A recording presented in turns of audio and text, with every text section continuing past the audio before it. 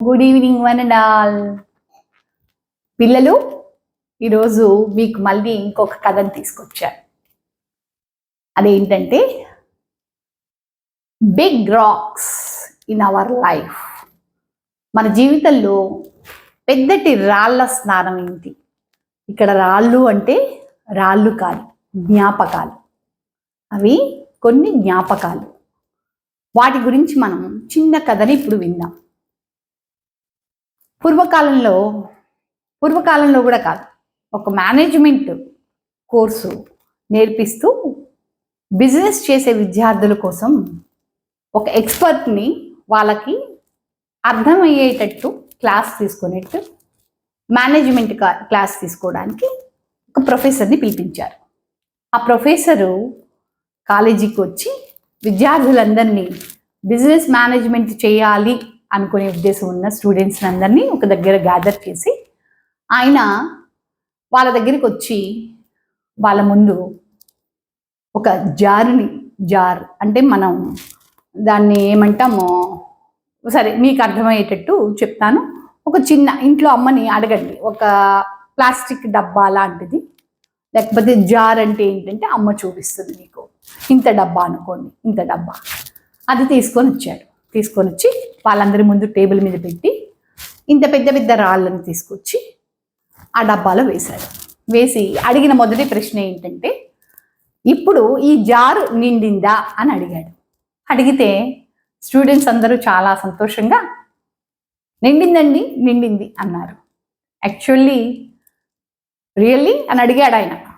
అడిగినప్పుడు అని చెప్పి అడిగాడు. సమాధానం విని స్టూల్ కింద నుంచి గులకరాళ్ళని బయటకు తీశాడు. గులకరాళ్ళని తీసి ఆ జారులో పోయడం మొదలుపెట్టాడు. ఆ రాళ్ళ మధ్య నుంచి గులకరాళ్ళని వెళ్ళిన తర్వాత అప్పుడు మళ్ళీ అడిగాడు ఆయన, ఈ జారు నిండిందా అని. అన్నప్పుడు వాళ్ళు కొంత అనుమానంతో, ఈయన ఇలా ఎందుకు అడుగుతున్నాడో తెలియక కొంత అనుమానంతో నిండింది అన్నారు. గుడ్ అన్నాడు ఆయన. అన్న తర్వాత మళ్ళీ కింద నుంచి ఇసుకని బయటికి తీసి ఆ మొత్తం జార్లో ఆ ఇసుకనంతా పోసాడు. ఆ రాళ్ళ మధ్య నుంచి, కంకర మధ్య నుంచి ఇసుక చిన్నగా ఇలా కదిపితే మళ్ళీ నిండుకున్న తర్వాత అప్పుడు మళ్ళీ అడిగాడు స్టూడెంట్స్ని, జారు నిండిందా అని. అన్నప్పుడు స్టూడెంట్స్ ఆలోచనలో పడ్డారు. కాకపోవచ్చు, నిండి ఉండకపోవచ్చు అన్నాడు. అప్పుడు అప్రిషియేట్ చేశాడు, గుడ్ అన్నాడు.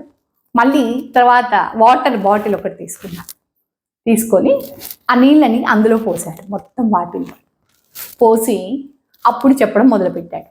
ఏమిటి దీని అర్థం అంటే, ఒక స్టూడెంట్ నేను దానికి సమాధానం చెప్తానని పైకి లేచి అతను ఏం చెప్పాడంటే, గురువుగారు మీరు మాకేం చెప్పాలనుకున్నారంటే, మీరు టైంలో ఎంత చేసినా, ఎన్ని పనులు చేసినా మీరు నిజంగా ఏకాగ్రతతో ఇంకా చేయాలి అనుకుంటే ఇంకా మీ దగ్గర సమయం ఉంటుంది అని చెప్పడానికే కదా ఈ ఉదాహరణ చూపించారు అని అడిగాడు. అడిగితే కాదు అని చెప్పారు ఆయన. చెప్తూ ఏం సమాధానం చెప్పారంటే, జార్లో పెద్ద రాళ్ళని ముందర వేయాలి అన్నారు.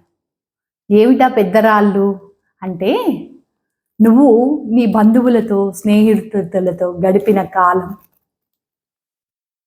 గుర్తులు, ఇవన్నీ నీ దృఢ సంకల్పం, ఇవన్నీ కూడా నీ జీవితం. జారు నీ జీవితం.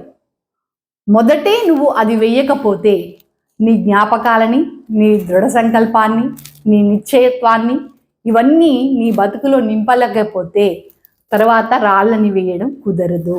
అంటే జ్ఞాపకాలని నింపడం కుదరదు.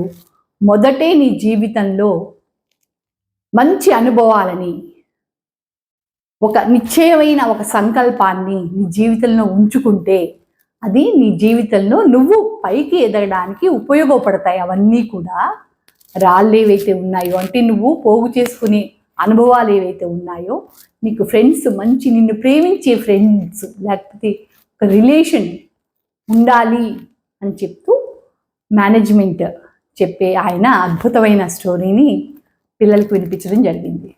బాగుంది కదా? మనం మళ్ళీ ఇంకొక కథతో ఇంకొక రోజు కలుసుకుందాం. నమస్తే.